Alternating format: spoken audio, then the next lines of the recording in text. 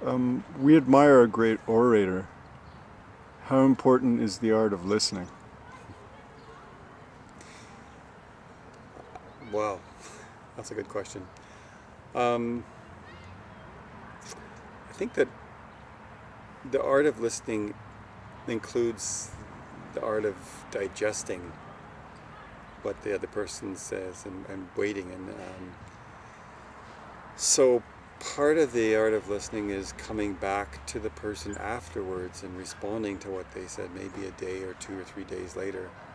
And I think that um, what it does is it reaffirms to the person that said the thing in the first place that you acknowledge their idea, their who they are, and stuff like that. And I think that's a very strong community building aspect. But like sewing the threads of one idea into the future allows you to see it in different lights. So to me, there we have to make time to be able to listen properly, and so it means slowing everything down. So I think the art of listening isn't natural to us anymore, and I think it's part of the cure for the problems that we have. Okay. In what ways have you seen your community evolve over the course of your life, both socially and environmentally? Well, it would be easy to say that everything's negative because you always remember it better when you were younger. I think that what's happening is that we're changing, and we see, for example, things like Facebook, and we think to ourselves, well, Facebook we spend too much time, we waste all this time on Facebook. But then on the other hand, people are learning how to be brave. They're learning how to get a voice for themselves. So it's like a sword. A sword could be used for cutting down the grains and or work. You could use it as a tool, or you can use it to kill. So I think it's the same thing with the progress that we're making. Everything that we are taking a step forward puts us closer to the edge of destroying ourselves and closer to our salvation in a better future. Why do you enjoy gardening? Hmm. Gardening. Hmm.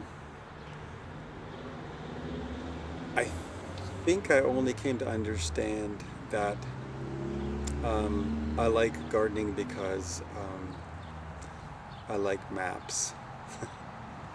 I like to see um, something that has no shape or form take form and become something else. And so in my life, I've drawn maps of social circles, of how people get along with each other, of how an organization was created. And then in the garden, you make something and it responds back to you. You put a plant in and you say, oh, well, it's going to be a trellis and it's going to look like this. And you have this map in your mind, but what it does is something different. And so you're interacting with it. It's not like a piece of paper which is static. This map actually responds to you. Why do you believe some people pray? Um,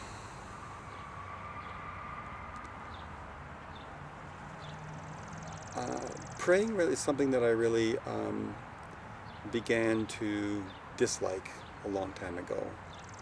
And I thought that praying for a lot of people was an abdication of their responsibility for their place in the universe.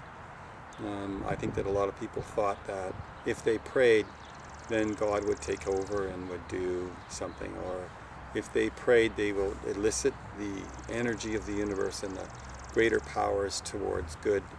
And then again, that there was some kind of a free ride, or they had gotten a special card that allows them to go past or something like that. And I think that kind of ruined prayers for me for the longest time.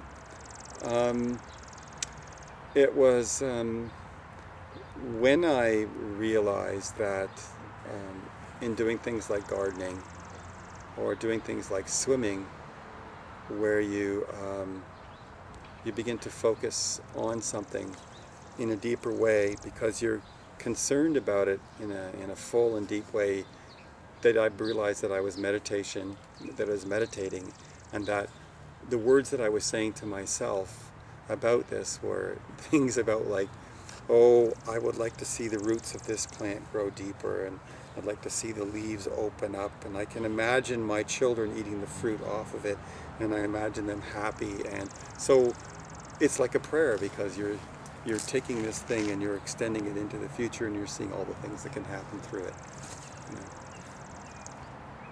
Why do you think human beings compete for status?